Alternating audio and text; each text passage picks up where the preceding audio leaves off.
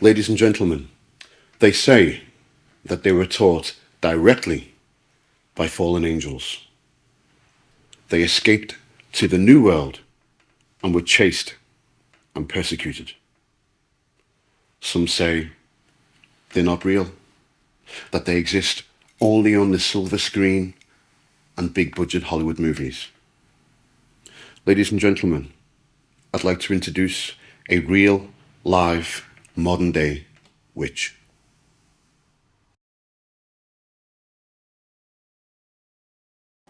Hi.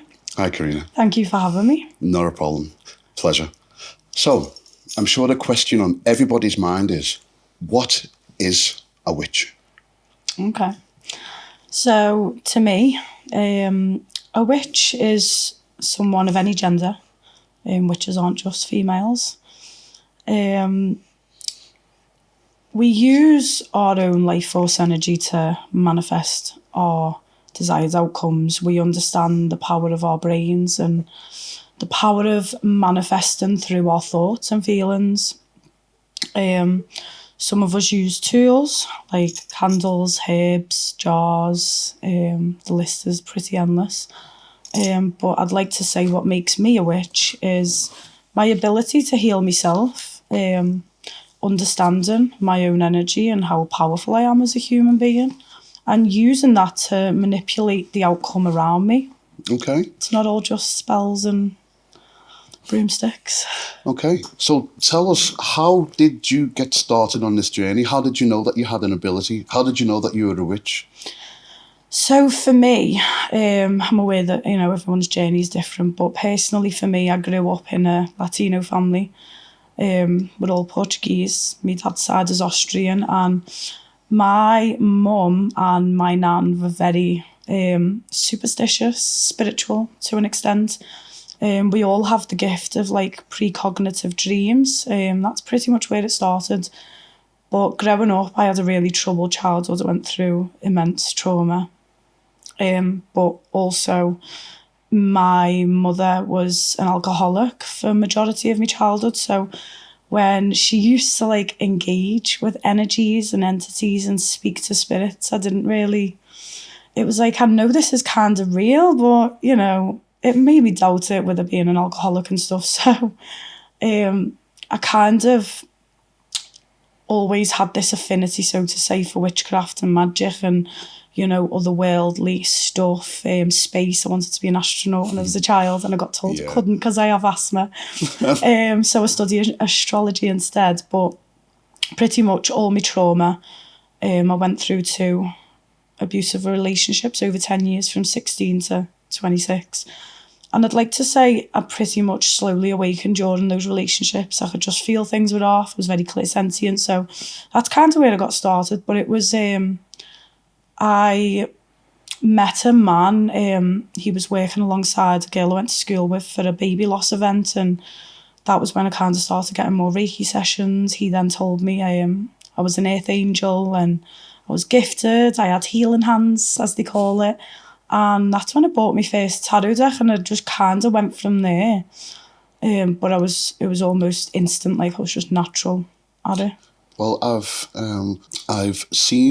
read that this ability can be unlocked through trauma. Mm-hmm. Is that what you believe happened to you? Did you not have anything that really significantly happened before trauma? Towards the end of my last relationship, I was severely assaulted, leaving me with a hematoma, almost fractured my skull. And I know it sounds crazy, but it was like a switch. Yeah, something switched on.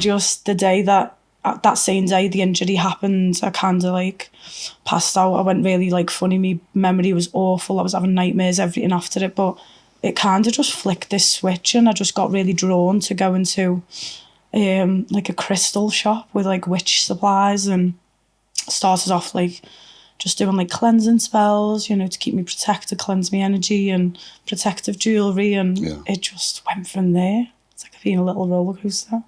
During my time of research, because it's a very interesting topic for me, I'm a filmmaker. I love horror, so I'm not saying witches are horrible, but they tend to be a common theme in horror films. And it's of interest to me, so I've done some research. And during my time of research, I've happened upon this gland in the brain called the pineal gland. Apparently, is this not a ingredient to be a witch? Is it something that you must unlock or utilize in order to be able to practice? No, it definitely goes hand in hand and strengthens your practice by having an open and, flowing third eye. Your senses are pretty much heightened, you feel, and, you have this kind of all-seeing aspect, the all-seeing eye.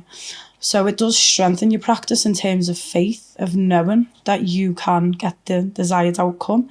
It also really helps with like candle magic, for example. You become more accustomed to like reading the flames, the behaviour, also like flame gazing during your rituals. That can bring a lot of insights, and again, having an open and flowing third eye will aid that by, the clear cognizance, links up with it, and you see, and it just really strengthens your faith, in my opinion.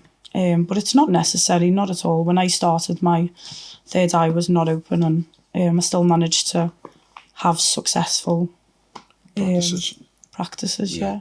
How is it utilised? How do you actually use it? Does it take a conscious effort? Does it take you to imagine the organ itself? How do you use it? So to begin with, you need to open it. That's always a good starting point. So some of us are actually born with, all our senses open to the spirit world. Others not so much, like me, for example. I've always been clairsentient and claircognizant. But opening my third eye was actually more of a personal practice. It included regular Reiki sessions. As I said, I started with witchcraft and divination first, and those practices help to open your third eye, train your intuition. I'm pretty much spirit-led and taught, so my crown opened first, so I kind of got a lot of guidance and stuff from my angels and my guides to further developing, my other clairs and strengthening my third eye. But yeah, there's many things you can do, like flame gazing and, divination. It's just about like improving it and learning how to use it.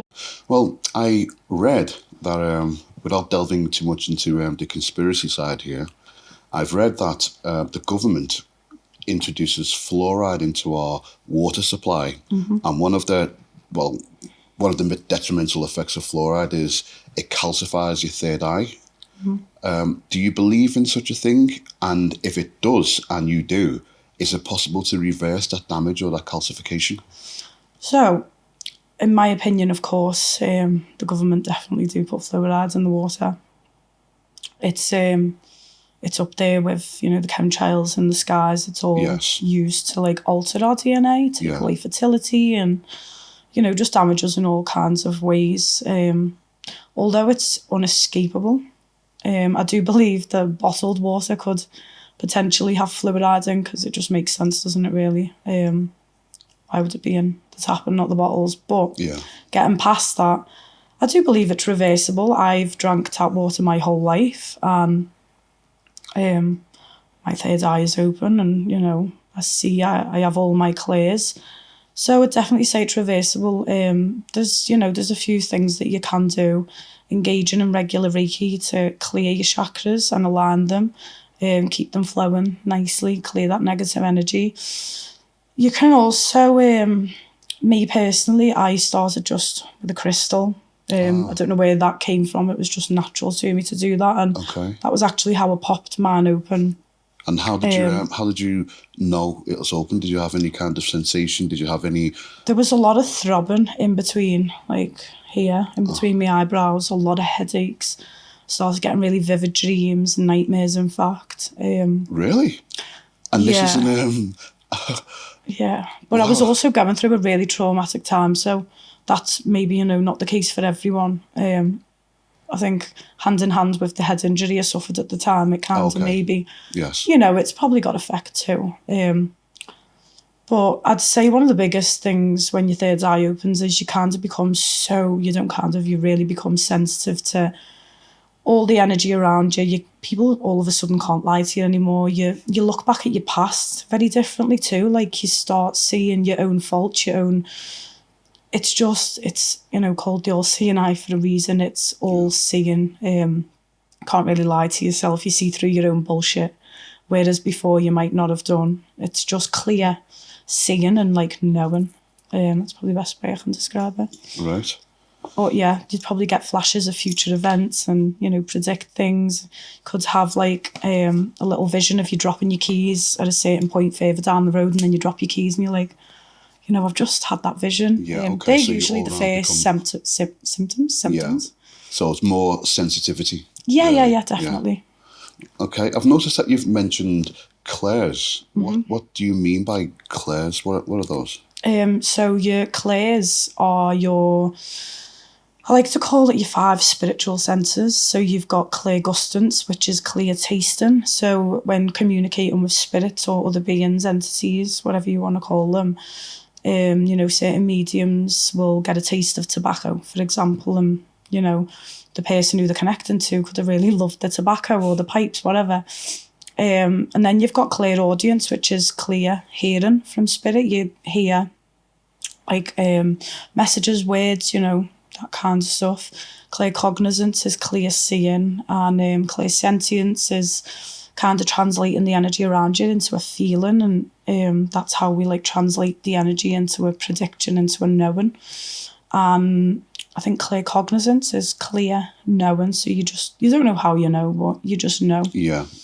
I don't think I've missed any, but so it just becomes pretty much believed evidence that you have, like is it a feeling, like for example, if you just know something, is it deeper than suspecting? Yeah, you just know, like in your gut. Like for me now, I really struggle to not see through people's lies. It's like the way it's indescribable. Like you could tell me a lie now, like my hair's blonde. There's just a vibration that comes with it. I just know. It's like it's really hard to explain, but I think the biggest thing with developing all these abilities as well is trusting. I never trusted, so I've had my intuition and a few of my clairs my whole life. I sensed spirits as a child walking on the landing and stuff. I knew things that were happening in places that I weren't even there. So I think with age, and especially the past year, I've trusted and really built up a relationship as well with my abilities and trusting my intuition, and that takes you a long way. Yeah. Okay. Clairvoyance, is it an aspect of witchcraft? It is, but it isn't. So clairvoyance essentially is being able to communicate with other beings, spirits, angels, whatever. That are relaying this information to you. Yes, so the information with clairvoyance, it comes through as images. It can be videos. You can close your eyes or have them open and see these things. Yeah. But it's very much visual. And then obviously the other clairs represent the others, like the audience hearing and stuff. It's not necessary to be a witch, but again, as I said, it definitely strengthens your practice. So if you're doing a ritual with with a deity or spirit, being able to communicate and kind of, it's just being like in the loop. It'd be like trying to participate in a conversation, being in another room. Have you ever seen the film Carrie? No. Okay, so Carrie's a film about a teenage girl, and she has the ability called pyrokinesis. Mm-hmm. She can basically look at something and set it ablaze. Mm-hmm. So there are other types of psychic phenomenon: telekinesis, telepathy, clairvoyance, pyrokinesis. Are these? I would refer to them as being psychic, but is that witchcraft? In my opinion, it isn't. No. I can see why they go hand in hand, because again, it's using your mind, your abilities to get a desired outcome. Yes. So obviously, the base ground of it's quite similar, but I'd categorise pyrokinesis, telepathy and telekinesis and them kinds of manipulations of energy as a spiritual ability. bit like, supernatural, spiritual ability. Yeah. The psychic abilities are more like being able to predict and know things, where them spiritual abilities are moving things and manipulating the energy. So could I make a distinction here? Please correct me if I'm wrong. Mm-hmm. I would say that with the psychic side of things, is that more like a person actually committing these acts, affecting whatever it is that he has to affect, and witchcraft is more using energies and entities to do the bidding? Yes, so a psychic ability, you are a channel, so to say, very similar to Reiki. We are interpreters of energy. So we translate it and then pass that message on. Where witchcraft, you are manipulating energy. So that's where I'd kind of distinguish the two. With witchcraft, you're using your own life force energy. For majority of people, we manipulate the energy around us, our own energy, such as sex magic, that is utilising your sexual energy. People always, get a bit scared when I put blood and magic in the same sentence, but blood magic, again, is utilising your own life force energy and giving that blood as an offering. Yeah. And then working with, spirits and deities, that's, again, slightly different. Spirits and deities? Okay, well, it's commonly believed that witches derive their power from entities, demons, spirits. Are there any difference between them? Yes, so not all witches get their power from spiritual entities or beings. Majority of us use our own life force energy. Okay.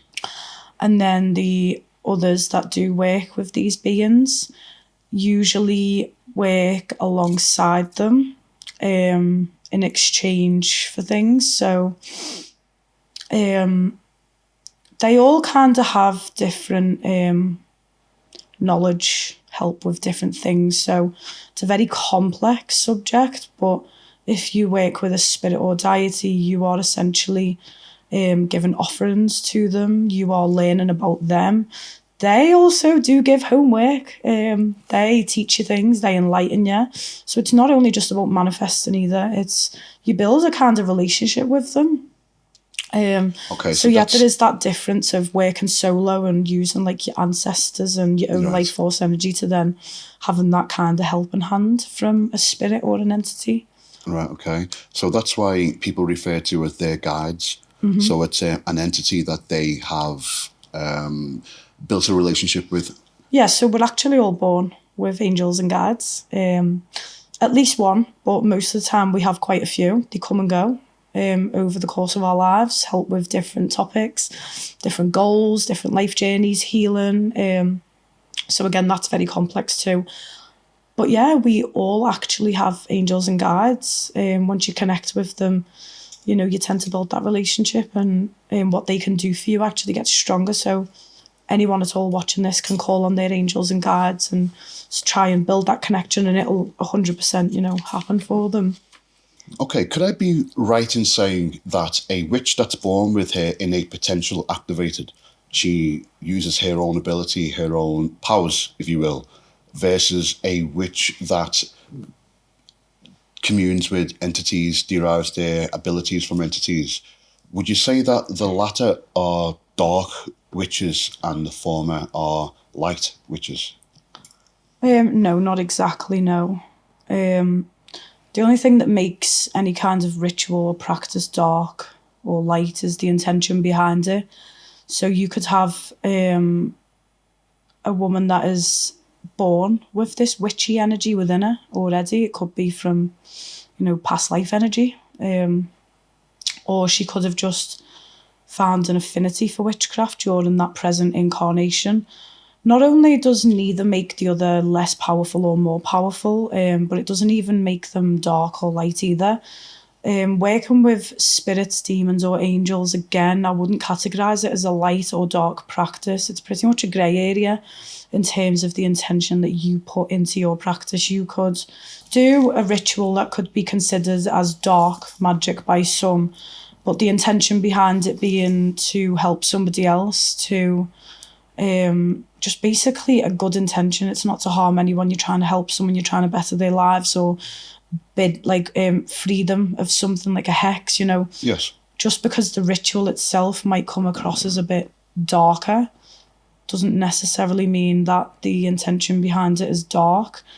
I mentioned before about blood magic. People straight away think, oh, blood and magic in the same sentence, you know, that's got to be demonic, it's Satanism.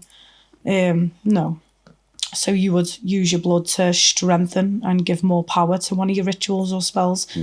Just because it's using blood, and again, it's demonized because some practitioners do some nastier stuff. Yeah. Well, I would think by logic, just by my logic here, I think I'm of the opinion that demons aren't necessarily evil. No. I'm of the opinion that they're very much like us. They go about their own business. They can communicate, they can talk. You have some of them that are benevolent. You have other ones which are malevolent, good and bad. So I would say that a witch communing with a demon for a desired effect, I don't think that that's really bad. I think what the dark side is if something or somebody's hurt in the process. For example, if I wanted to do some kind of spell which necessitated the use of blood, I used my own, or you volunteered yours, I think that might still be kind of light, if you will. Yeah. But then if you're sacrificing... I have never participated in anything like that, but from things that I've read, it includes the killing of an animal and the use of the blood. I've got a book that I was reading and it kind of went through the ritual for such practice, and it's pretty dark. It's taken away that animal's life, or you know, it's taken away free will.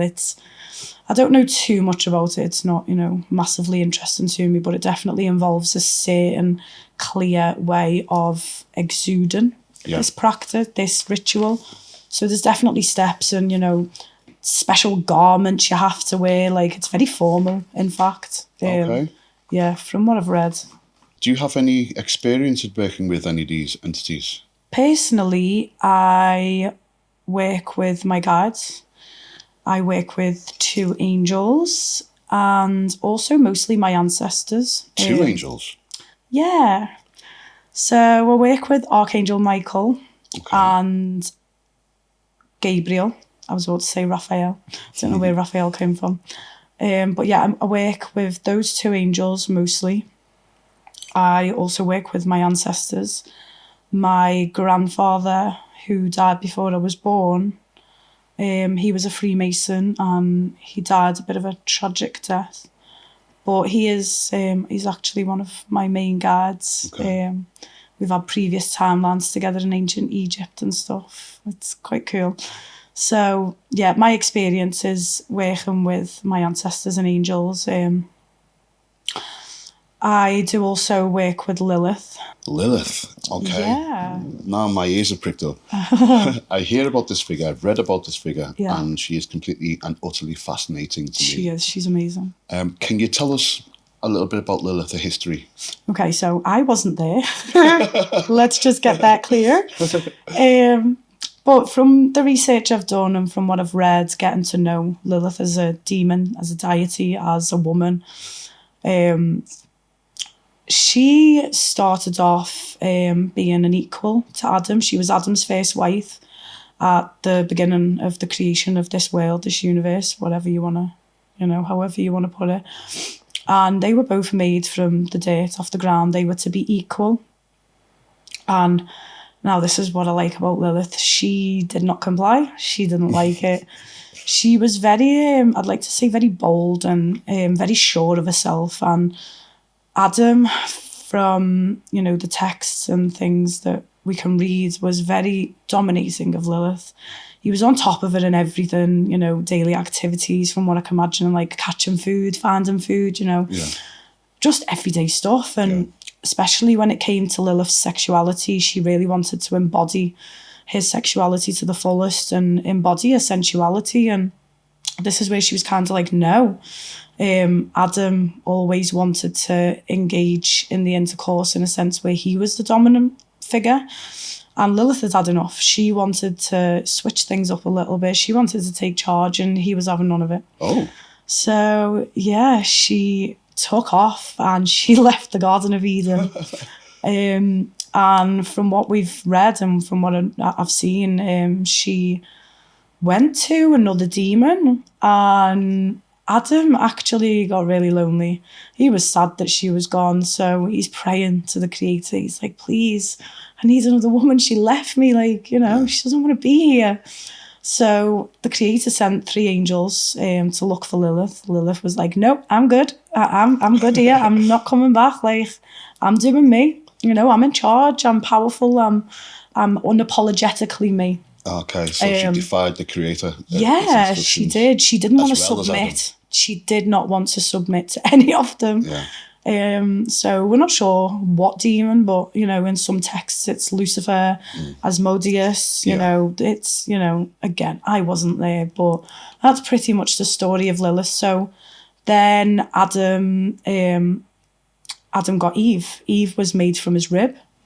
She was to be like kind of below him, you know, because before they were both made from dirt, so they were like equal. Yes. So Adam was like, no, I want, like, you know, I want a woman, and she's going to kind of abide by what I say and submit a bit more, be a bit more below me.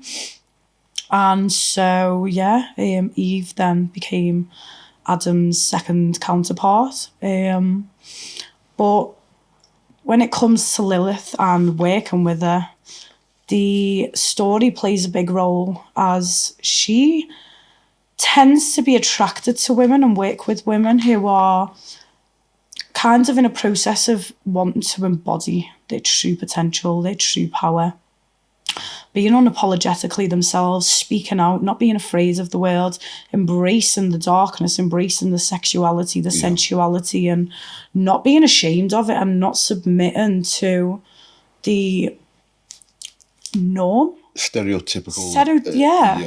So they're the kind of So energies. would you say that Lilith could possibly have been the first feminist? Yeah. Maybe. Yeah, for sure.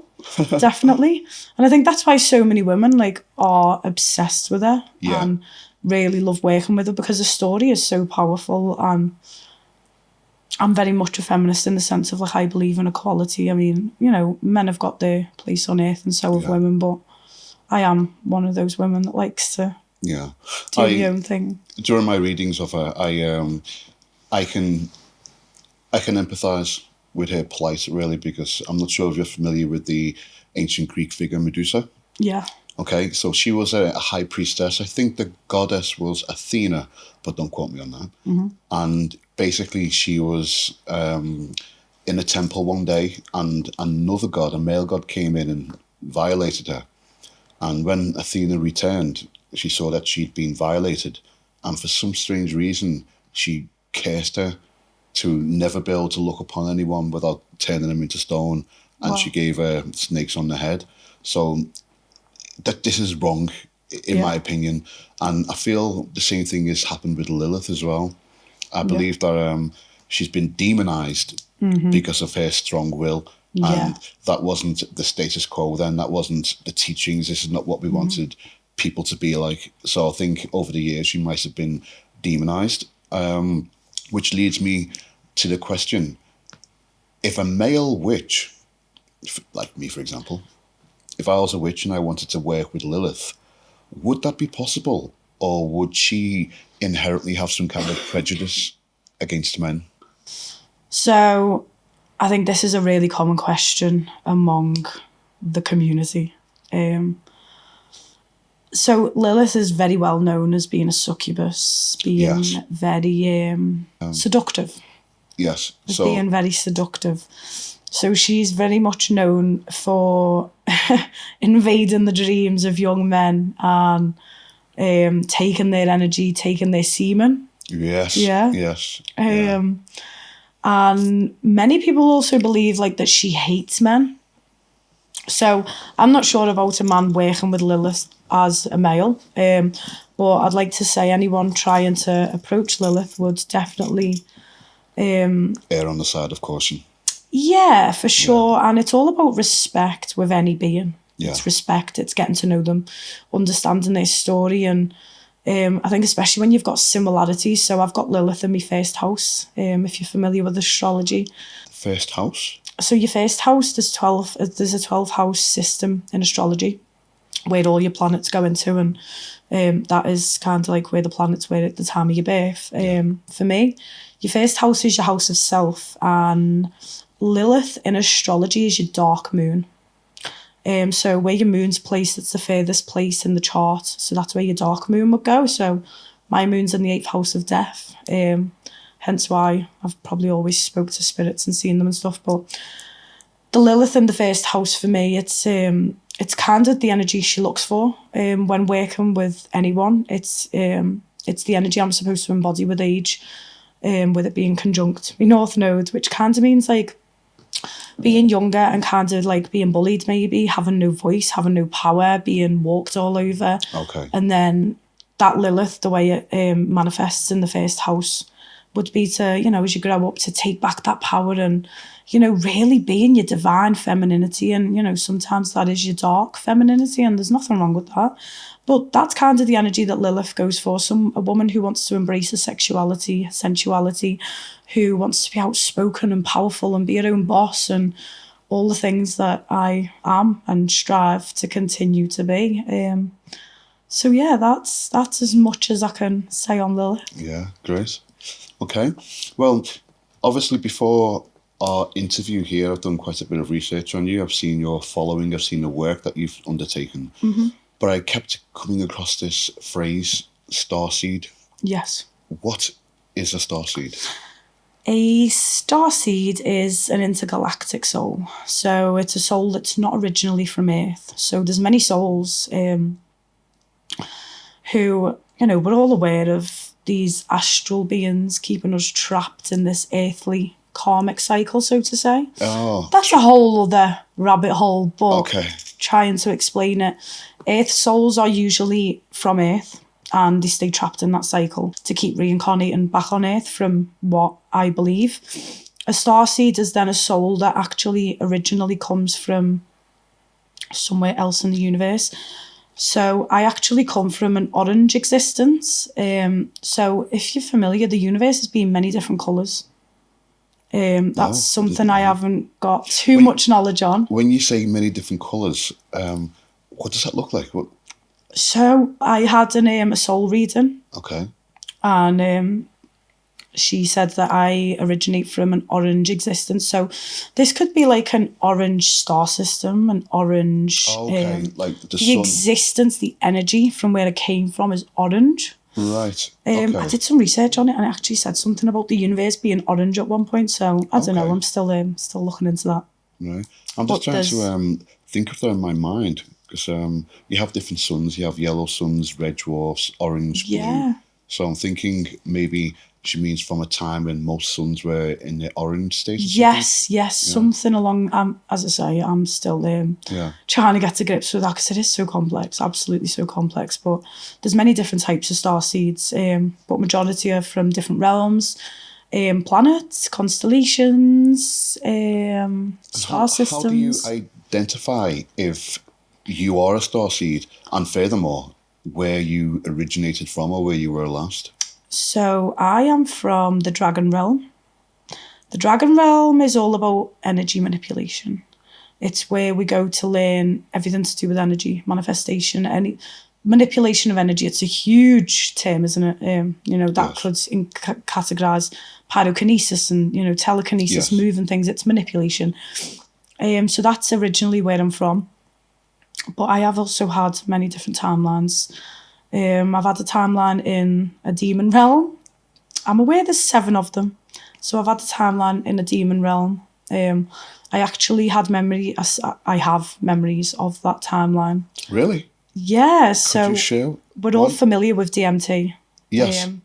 I tried DMT once with a friend, and it turns out that me and him had both been in this timeline together. I went into it at the time when I was researching Lilith and getting into demonology. I knew the drug was able to enlighten me, so Yeah. I went into it with the intention of enlightenment around demonology, and that's when I see in my bedroom turn from a white church into Satan's playground. Wow. Everywhere outside was red, it was fire, it was dark, I'm not going to go into too much detail, but my hands, I had claws, my veins were sticking out, I was grey.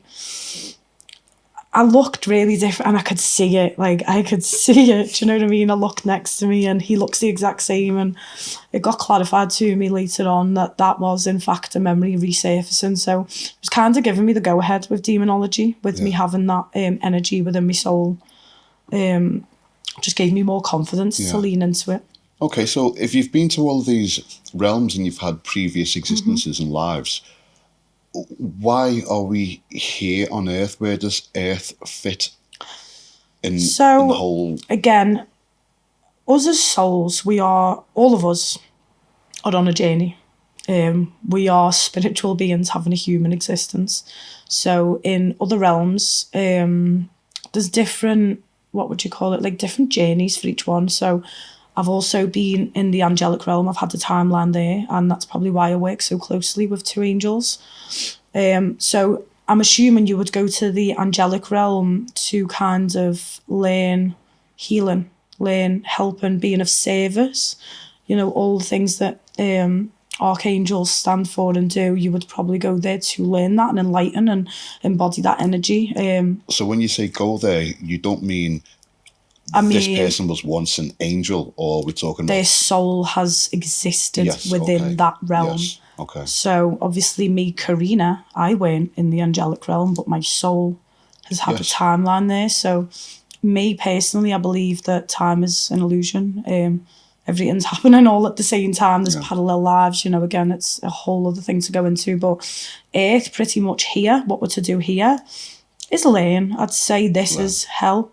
It's the lowest vibrational planet. Oh, I could definitely agree with you there with the things that happen. Yeah, it's the most dense. It's where we come to learn the hard stuff, things that we didn't want to learn previously as well. It's where karmic cycles and stuff come into. We come to clear karma. Say, for example, 2 souls are having beef. Yeah. I don't know, they've got an issue, whatever that may be. They've got an issue. They can't sort it out in the spirit realm. So they might decide to come to Earth and fix that problem. So say you were my dad last time round, you abused me, it was shit, or whatever, you didn't get me into school, I don't know, whatever. So we could be like, why don't we go back and do it opposite ways? Let's see if we can make it work and learn the lessons we need to learn. So again, very complex, different for everyone, but this is pretty much a school. So in your opinion, let's equate this to life here. I go to school to learn a certain craft and ability to become this. Yeah. I learn how to program computers because I want to become a computer programmer. What are we learning these different things for? Our soul's development, for sure. So it also depends like where you are in your soul journey. So you could be a fresh soul, so like a bit of a newer soul. So you'd probably come to Earth to learn all the normal stuff first. So you'd probably come and learn about relationships, friendships, helping others, being empathic. I don't know, it's basically being human. Yeah. Others of us have different, missions and reasons for being here. Again, very complex and like quite personalised to each individual and where they are on their journey. Right. Pretty much. Okay. And you personally, yeah, as a practitioner, as a witch, what kind of work have you undertaken? What do you do? What's your forte? So for my clients, I do spells. They can book in with me for, I do so many things, to be honest, and I'm also in the process of creating different courses and stuff, but to keep it quite simple, I do offer, I have spells for sale. So this could be money, cleansing, protection, a road opener, a blockbuster. So, things to release blocks and, give you a bit of a helping hand along the way, help you manifest your desires and your dreams. Obviously, I do my own personal rituals. I also do Reiki, so that includes chakra healing, chakra alignment. Oh, yes, because you're a qualified Reiki Master, aren't you? Yeah, I'm a qualified Reiki Master teacher. I also teach Reiki. I've had a few students so far. I am able to teach to master level. But pretty much energy healing and energy manipulation are my most common practices, alongside of doing readings, mediumship readings. When you say readings, do you mean tarot cards? Yeah, I use tarot cards, runes, sometimes oracle cards. I use different tools. Sometimes I do candle divination too. So as well, with spells, you can actually predict how they're gonna manifest with the behaviour of the candle, the flame, the wax. Jars, when you do spell jars, there'll be things that you can pick up from there, like notice the behaviour of the jar. There's a lot that you can read in that aspect, but majority is using tarot and connecting to people's loved ones and angels. They are the most common. You mentioned manifestation, and I hear that quite a lot, actually. What is manifestation?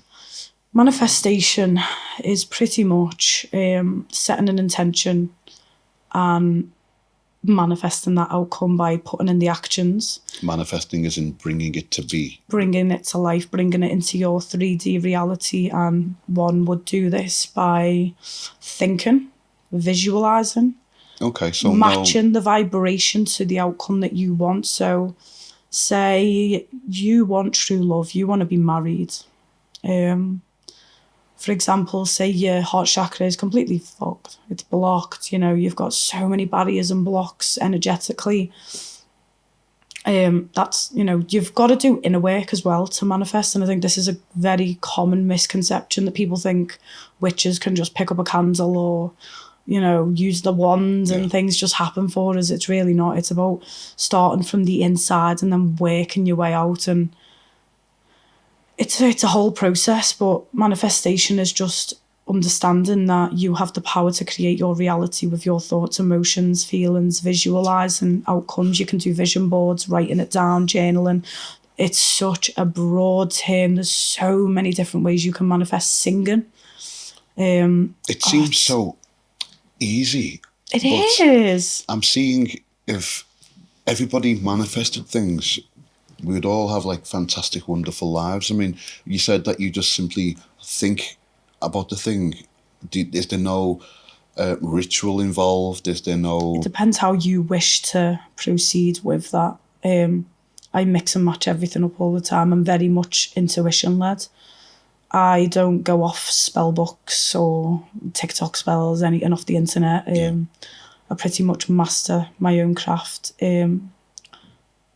Personalised each time and using different elements, different techniques. It seems quite easy to manifest. I don't know if you need some higher level of concentration to be able to actually manifest, but you say that you simply just think. There's so much more that goes into it. I didn't mean to make it sound so easy. So the biggest thing that I've learned along the way is when you're trying to manifest something, you already have to match that vibration. So you can manifest things into your waking life, into your 3D reality without using any kinds of tools. You could literally meditate and visualise the things you want.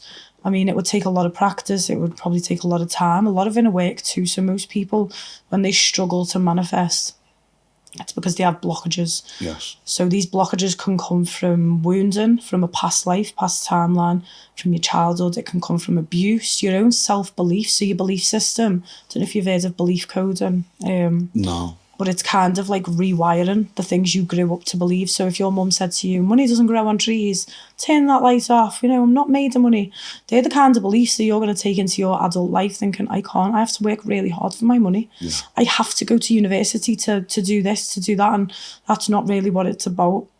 So again, there is a lot that goes into it, but I think healing is a big part of manifestation that most people overlook. And that's probably why they don't see as many results as they'd like to.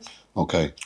So you're saying that preparation is key, really. You have to make sure that and also embodying yes, the energy. So if you have to kind of embody the person you want to be, start embodying that energy as much as you possibly can. If, you know, I'm just trying to think, if you want to be a millionaire, you're not going to be sat in the pub every night getting off your barnet, or do you know what I mean? I see. You'd be putting those actions in and already acting and feeling and being grateful.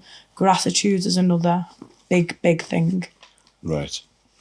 I noticed on your lists of spells that you do, there was one there called cord cutting. Mm-hmm. Could you explain what that is? So a cord cutting ritual is pretty much when you want to sever a connection to a thing, a place, a person, a trauma. It can be an addiction.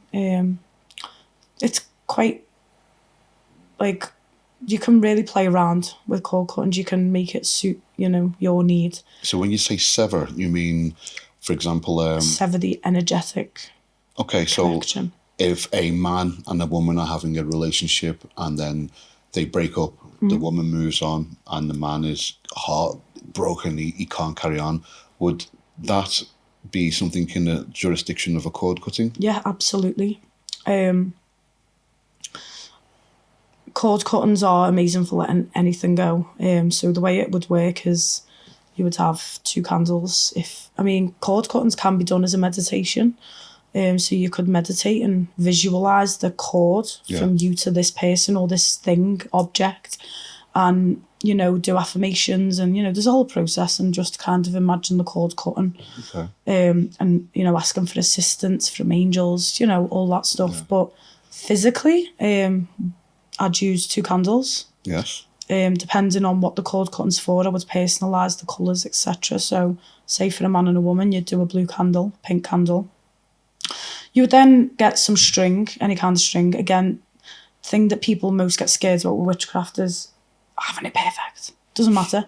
I've used proper cords before. I've used as long as the intent is there. Like sewing string. It's the intent behind it. So the cords, you just tie it from one candle to the other, you know, creating a loop. Okay. And that symbolises the energetic cord. And you would light both candles with your intention, visualising the connection severing, also asking and reaffirming why, you know, this is for the good of all, essentially. They work a treat. When you say tie both candles together, sorry, it's not like I'm going to try it, but I'm very intrigued. If you have 2 candles, where do you put the string? Do you mean in the middle of the candle on the way down? I like to put it at the top because I like to get it over and done with as fast as I can. Oh, of course, yeah. I don't want to sit there for the whole candle burning. I mean, once that string's cut, burnt, yes, okay. For me, I'm done. Right, okay. But then that's me using my intuition, knowing if it's done or not. But yeah, so you'd have them, like, say, this far apart, doesn't matter how far. Yeah. And you just tie the string from one round the other, go into both. Maybe do it twice. And when it burns, it's really beautiful. It looks like arms letting go. And oh no, they can get really emotional, some of them. Yeah. I've done a few, and yeah, they can be quite emotional. Okay, question. There's a woman that lives down the road, lovely woman. Mm-hmm. Every time I see her, I just think, wow, she's absolutely beautiful, that woman. But she doesn't notice me. Okay. I don't think she's ever looked in my direction at all. Okay. Can you do me a love spell? I can. It depends. So my biggest warning for anyone doing any kind of love magic is consent. Consent? Yeah. Oh, that's okay. I'll give you my consent. That's fine. Yes, you can have my consent to do the spell, yeah. What about hers? Does she have consent? So the way that would work is you can absolutely, like, I'll do your love spell to draw in love. So we wouldn't exactly direct the energy to a specific person, but we would direct it in a way that what is meant for you will come to you. So that as well goes hand in hand with being a vibrational match to the person you want. So without a specific person in mind, you will attract people that are, you know, on your frequency. And if that's that girl, then great. But if not, there is other kinds of love spells that you could do that are a bit less strong, so to say. So you could start off with, like, sweeten them up. So you could start, what that would do is, like, kind of send them the energy of, like, they'll start thinking of, you can do think of me spells, try and win them over a bit energetically. And then, of course, there's, like, domination work where you make someone fall in love with you, which I absolutely would not recommend. Why wouldn't you recommend? Not that I'm asking about that, but I'm just for the viewers, you know, why would you not recommend it? It can get a bit scary. So say you've got two karmic partners, for example, they've already fulfilled their soul contract, they've learnt the lessons they were supposed to learn, and then one doesn't want to let the other one go and decides, let me put a love spell on them.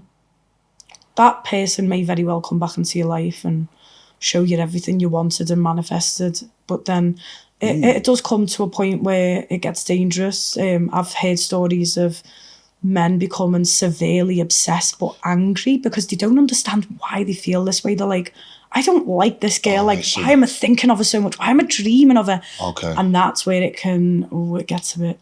Yeah, obsessive and it can get a bit dangerous, so I'd definitely be mindful when doing any kinds of magic and not taking away someone else's free will. Would that be classed as dark magic in my opinion? To take away someone's will and... I don't know, because I'd consider myself a grey witch. I like to dabble in both sides. I don't harm anyone by any means. But for me, what I would consider dark or black would be taking away free will. It would be killing an animal, taking away their soul. They don't get to decide, like, hey, you kill me. That, for me, is what I'd consider dark. Again, with that love spell, you know, they do have free will to decide if they want to come towards you and act on the energy that they feel, but you're still planting that energy on them. So I'm very much in the middle. Yes. I think there's certain situations where it could be justified, but then others where absolutely not. But I don't believe in doing anything like taking away free will or... Yeah. But people are going to do it anyway, regardless, so... But you can send out an look at me spell, sort of energy, get the attention. Yeah, definitely. Yeah? Mm-hmm. Okay. Consider me a client. Okay. Another one that I saw was Return to Sender. Oh, yeah. Okay. Tell us about that. They're my favourite. They're my favourite. As a practitioner who doesn't like to dabble in anything that's dark and, you know, harmful, Return to Senders are my absolute favourite. They are on the borderline, I'd say, of being dark. So what involves... It involves, basically... anyone sending you any type of energy will be returned to them. It's kind of like a mirror, so just send it back. Okay. So you're not really sending back anything more or less. So I'd usually recommend it to people who cannot let go. Like if someone's really harmed you, really like, and I wouldn't just do a return to sender because they decided not to be your friend or they forgot to get you a Lucozade from the shop, you know. Yeah. You've got to be wise with it, but... say someone put you through the absolute most. I've done return to senders and I love the outcomes, but it's very... Okay, I'm a little confused here. For me, in my mind, a return to sender would be, for example, if somebody sent you bad will, put a spell on you, sent you a curse or something like that, then you return it back, like you said, with an equal, not more amount of force. But if somebody did something bad to you in general life, is that... Yeah. Bad things will happen to them. So it's sort of karmic. Yeah, it's like a way of getting justice. That's why I'd definitely recommend for you to try and get over it yourself first. Yeah. You know, try and heal in any way you can. It's more for the it's for times when it's deserved. It's for times when you can't physically do anything, but that person deserves a taste of their own medicine. Right. So say, for example, someone your child. I know that's a bit deep. But, you know, someone hurt your child. As a parent, you can't then jeopardise your child's welfare by then going to kill them. Yes. Going to hate them. Yeah, because you're ended up if that was me in that situation, I'm touching wood right now, I would reverse that energy that they inflicted on my child.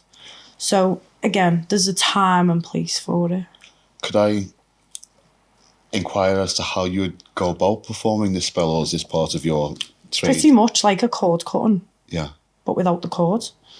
You would use 2 candles. You could also use a jar. I've done a jar once when I've put more than one person in it.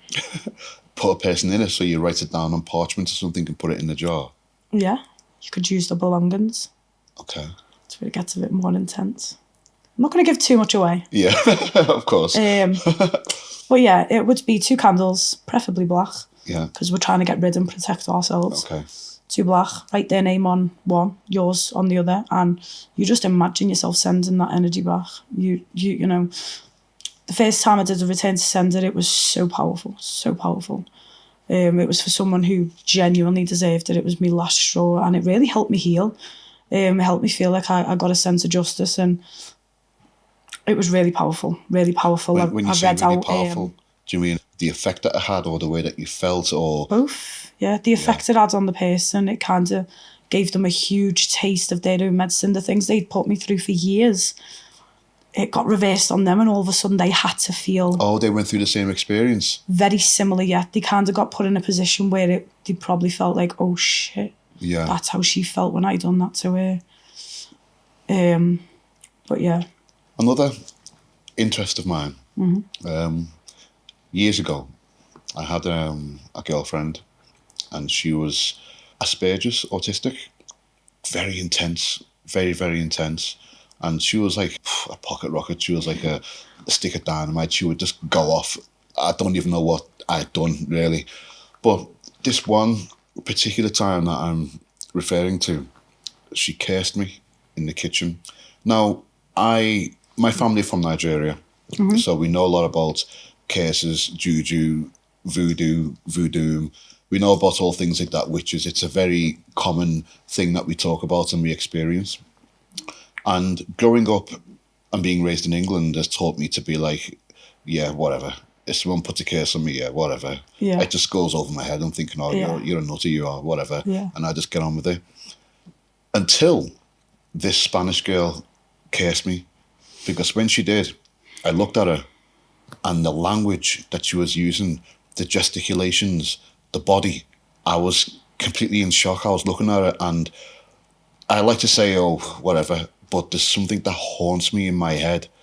And ever since she did that, I've had quite bad luck. I mean, don't get me wrong, I've had really good luck too. But anyone who knows me, my close friends, they all say, wow, you must have the worst luck in the entire world. But I carry on and roll with the punches, and like I said, I have good luck. But if I was convinced that this girl has cursed me and I came to you, is it possible to identify and remove the curse? Absolutely. And how would you go about it? The first thing I'd say to anyone, especially watching this, is it's not that curses aren't real, but realistically, unless you're being attacked by a much more advanced practitioner.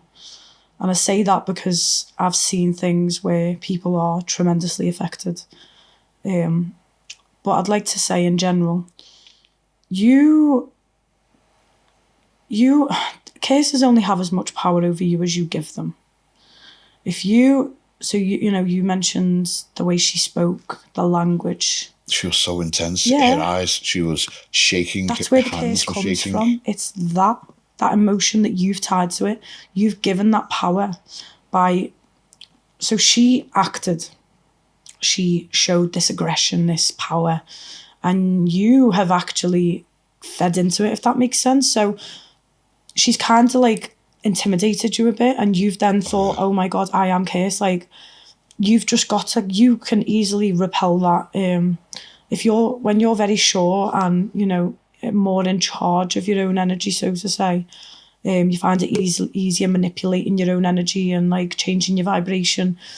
Even just for anyone in general, if you tell yourself, I am protected, my angels and guides do not allow any harm to come to me, you know, do the regular stuff like taking salt baths. You can incorporate oils. There's things like cross-condition oils. Cross-conditions being a term to describe the symptoms when energy is crossed, or, you know, it's kind of incoming, attacking. But there's many different methods that I would use, depending. I think in my way, like you just said to me, that I have given her the power, I've bought into it. Yeah. I can half agree with you there, because what that statement is correct. I did buy into it, but I did it because of the potency, the power, the display, the mannerism, the ritual, if you will, that you went through. So I think in my attempt to try and get rid of this curse, I'm going to need a more of a dramatic, more of a powerful ritual for me to truly believe that that has lifted the curse. That's very common, yes. Yes, I have been one of those people who I was going through something and I actually had an exorcism done on me. Wow. At the very start of my journey, I'd around and found out, so to say, with magic. Yeah. And again, not going to go into it too much, but I kind of summoned something and it weren't great, you know, I paid for it, you know, whatever. But that exorcism... Okay, I'm so sorry. I'm really intrigued. An exorcism, as far as I was led to believe, was the ridding a person of a demonic possession. But is it also ridding a person of any kind of energy? Okay. Yeah, so you can hex and curse someone and make spirits. So like, it's again so complex, so many variations of magic and doing things.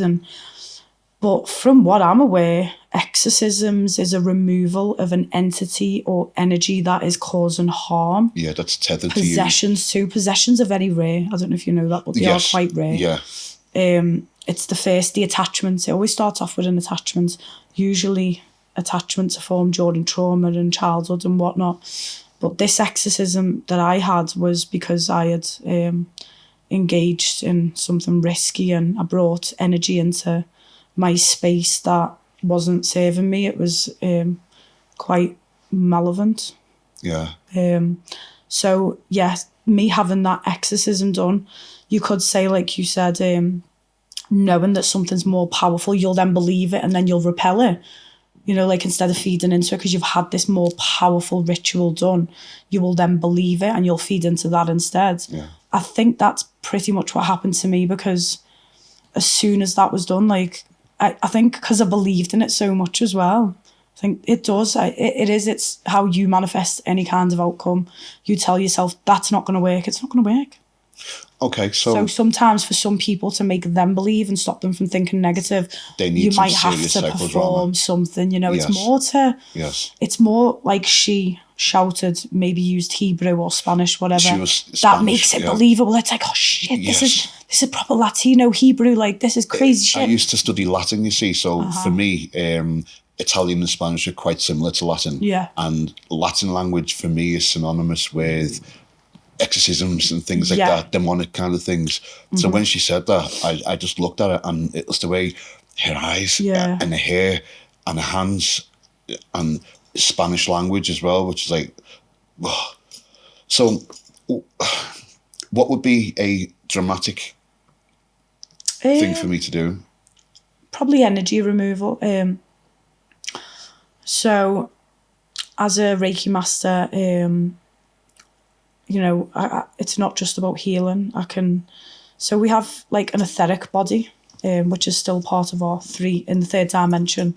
Our etheric body, I like to think of it as like Velcro and things attached to it. Okay. So to say, blocks. We can create them ourselves through our own beliefs and emotions and thought patterns. We can also pick up this energy going like outside, mingling with other people, sexual relationships, you'll then take that energy onto. So the way I see it is this etheric body, you know, carries all this. So it also carries like, you know, any kind of energy that you carry is there. So using Reiki, I would to manipulate that energy and get rid of it. By using Reiki. Like etheric implants, very common amongst starseeds. And Etheric implants? yeah, so it's like it's like a device kind of thing that's implanted. I've seen it different ways in various forms, so I struggle to make it very, you know, but it's basically, it's something, let's call it a block. It's a block that's there in your energy. It can be a block to money, it can be a block to your third eye, and you know, Reiki can rid all these blocks. Reiki can be sent back in time, using the distance symbol, and you know, that's amazing with like healing childhood traumas, you know, doing shadow work and really getting that, you know, the deep stuff out. So you could use that as well to remove evil eye, any kind of hexes, cases. But there's many avenues I'd go down. I'd start with like communicating with my guides, with your guides, angels, using tarot cards if need be to kind of diagnose what's going on with you, and then get advice from my guides and angels on how to proceed. Again, the level of intensity, and you know, it's all very complex, but there's definitely loads of different methods and ways of doing so. But try not to feed into it. That's my biggest advice for anyone. I had to learn that the hard way. Well, you did a pre-diagnosis on me before we started this interview, and it yielded that, was it my chakra points? My heart is good, and the very last one is good, but the rest are completely blocked. Could you explain that diagnosis in layman terms? What does that mean? So that means that you've got 7 chakras, obviously. Your heart one is kind of flowing, it's kind of open, so that demonstrates self-love. It demonstrates being able like to receive and give love like freely. Your root, that shows me that you're quite stable in your roots, and you know where you live, and sure of yourself as well. You're not scared, you're not anxious, you know, you feel really comfortable in general in your avatar, you know, in your body. And then obviously with the rest being blocked, this will then give symptoms associated with each chakra. So a blocked third eye can be really confusing, you know, lack of intuition. Can't think of the top of my head right now, but like use your solar plexus, for example, that governs your confidence and your self-esteem, how you show up for yourself, like to the world, your what would you call it? Like your determination, your willpower, that kind of stuff. So when your solar plexus is, the other day I got told that by another Reiki Master that mine was very solarized, and at that time I did feel really confident and bubbly and bright, and so yeah, when all chakras are flowing freely and open, you tend to just live a better life. You know, less mental health issues, less physical pains and ailments associated with like long-term physical diseases. Is it possible to get physical symptoms from blocked chakras? 100%, yeah. So if your third eye and crown are shut, you're not really going to have a connection to source. It can also, it really just affects like the way you think, your intuition. You can have nightmares as well. Your throat chakra, it's actually one of the first ones usually affected when they're all flowing, and your throat chakra is responsible for telling the truth, being honest with yourself, with others, speaking freely, saying what you want to say when you want to say it. And I was actually going to disagree with you there, because I am a very, very honest person. Everybody lies, but I do my damnedest to not lie. And one of the motivating factors in that is because I believe that if you do lie, then you are not manning up, if you will. You've behaved inappropriately, yet Yeah. you lack the courage to take responsibility and accountability to what you've done. But then you said you're not able to articulate and say things to people that should be said. The way you want to, yeah. Yeah, You and- might beat around the bush a bit more. You've got me there. Yeah. I beat around It's like the if you bush. dislike what someone's wearing and they say, oh, do I look good? You want to say it, but you're like, yeah, you look fine. Yeah. So it doesn't mean like everything that comes out your mouth is a lie. It's Yeah. more like self-expression not being as authentic as it would be if it's openly, freely flowing. Yeah. That's why every time I get annoyed or angry, I make sure to chat me hoot and get it out. So I don't affect me throat chakra. I like to keep it in check. Well, in that case, Karina, thank you very much for coming. You're very welcome. And you have yourself a client. I think I need a lot of work doing. I'm definitely going to see about the curse removal and about clearing the chakra points and see how I feel from there. Yeah, definitely. I think you'll feel amazing. Great. Thank you. Oh, thank you for having me.